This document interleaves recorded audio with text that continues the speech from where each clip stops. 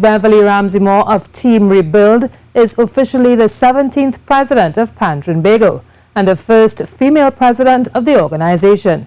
Mrs. Ramsey-Moore won the post with 116 votes. Team leader of New Times, Keron Valentine, was her nearest competition with 54 votes. Ramsey-Moore, who has been the manager of the Katzenjammers Steel Orchestra since 2013, is the first female to lead the Pan Trinbago organization. She said it was a historical moment. So happy that the membership of Pan Trinbago would have voted overwhelmingly for the first female president. And so I look forward to working with the membership, because I know, it won't be easy, but together we can take Pan to the next level. Mrs. Ramsey-Moore said the membership has been clamoring for change for some time now. Time when bands have not received their prize monies. It is a time when players have not received their remittance. It is a time when the name of the organization has been sullied, and so members were really looking forward to having inspiring leadership, to having empowering leadership, to having progressive leadership, and I know that we will continue to work.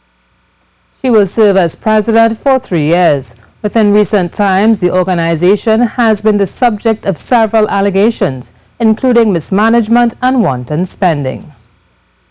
While 73 members of the Pan Fraternity offered themselves to fill the 10 positions in Pan Trinbago's election of officers through teams or independently. And earlier today, Mahalia Joseph-Wharton caught up with some of the candidates vying for the position of president at the polling station at the East Mucarapo Secondary School. On Sunday, TTT News caught up with 5 of the presidential candidates. Independent candidate Robert Amar said proper planning and sufficient capital is needed to move the institution forward. This is the national instrument, and we as a society, and by extension the government, has really always treated this as a handout. And if we continue with this, then the other areas of the world that have Pan will take over Pan. Beverley Ramsey-Moore of Team Rebuild said if she is elected, a glass ceiling will be broken. She was confident that her team would be successful. A woman in a man's world breaking another glass ceiling. And so that is to say that I am extremely confident.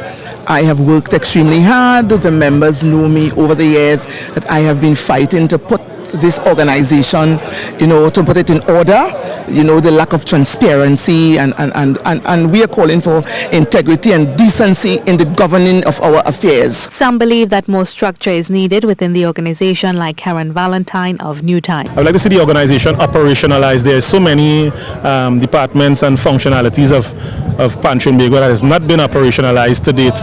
So I would like to see the organization become fully operationalized and to operate at optimum level. Another presidential candidate, Darren Shepherd of Pan Patriots, said it was an open campaign. Social media was alight. The regular media was full of interviews. Everybody got a chance to give their particular views and plans to the organization. So I think it only augurs well, and from this point on, Pan Trinbago will be a new Pan Trinbago because of this process. Keith Bayer of Team Pan said there is a need for constitutional reform. The constitution is very weak, so we need to do some amendments to the constitution. We also want to implement a strict foreign policy, and also want to do a lot of panyards, make panyards the center of excellence. Do a lot of entrepreneurships in the panyards. Lawford Dupree, Vernon P. Morancy and Thekla Ford Rodriguez also contested the position of president. Members of the new Central Executive will hold office for 3 years. Mahalia Joseph-Wharton, TTT News. While embattled outgoing president of Pan Trinbago, Keith Diaz, had some words of advice for the next executive. Mr. Diaz has served as president of Pan Trinbago for 9 years. He said the new president should ensure that they develop a strong relationship with the Pan men and women. In my tenure, I have moved around 3/4 of the panyards in Trinidad and Tobago, walking and talking, appearing in the panyard, not telling everybody when I come in, and hearing what the Pan men have to say. It is very important that we understand this is the last grassroots organization in the Caribbean, that whoever is elected to be president, I wish them the best. And I was no campaign to no candidate. I didn't go any place to support anybody, and whoever win, they may be best person win, other man who won. He said the president's job is not as easy as it looks. And the Prime Minister of the country. So the Prime Minister of the country have a cabinet, and he has his constituencies and so on, and advisors and so on. When he is the president of the Team movement, you have a grassroots section that it cuts across policy, political affiliation, all sort of things.